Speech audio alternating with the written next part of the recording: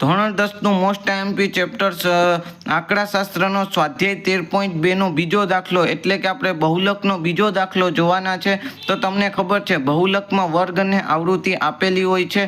આવૃત્તિમાં આપણે સૌથી મોટી આવૃત્તિ શોધવાની હોય છે। તો સૌથી મોટી આવૃત્તિ અહીંયા 61 છે, તેથી આપણો બહુલકીય વર્ગ 60 થી 80 થાય, જે અમે અહીંયા લખ્યું છે। હવે તમને ખબર છે L બરાબર આપણી બહુલકીય વર્ગની અધસીમા થાય, જે મેં અહીંયા 60 લખી છે।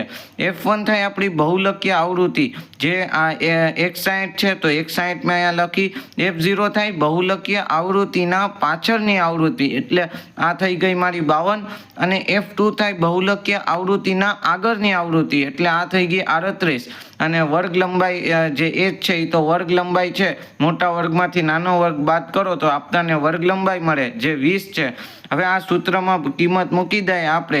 F1 બરાબર આપણું છે 61, F0 બરાબર છે 52, F1 બરાબર ફરીથી 61, F0 બરાબર છે તમારા 52, અને F2 બરાબર છે 38, H બરાબર 20 છે અને L બરાબર 60 છે।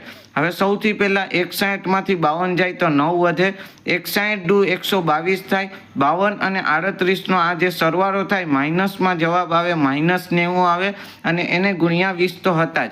હવે આ 122 માંથી 90 જાય તો નીચે 32 વધે, અને 20 અહીંયા હતા જ।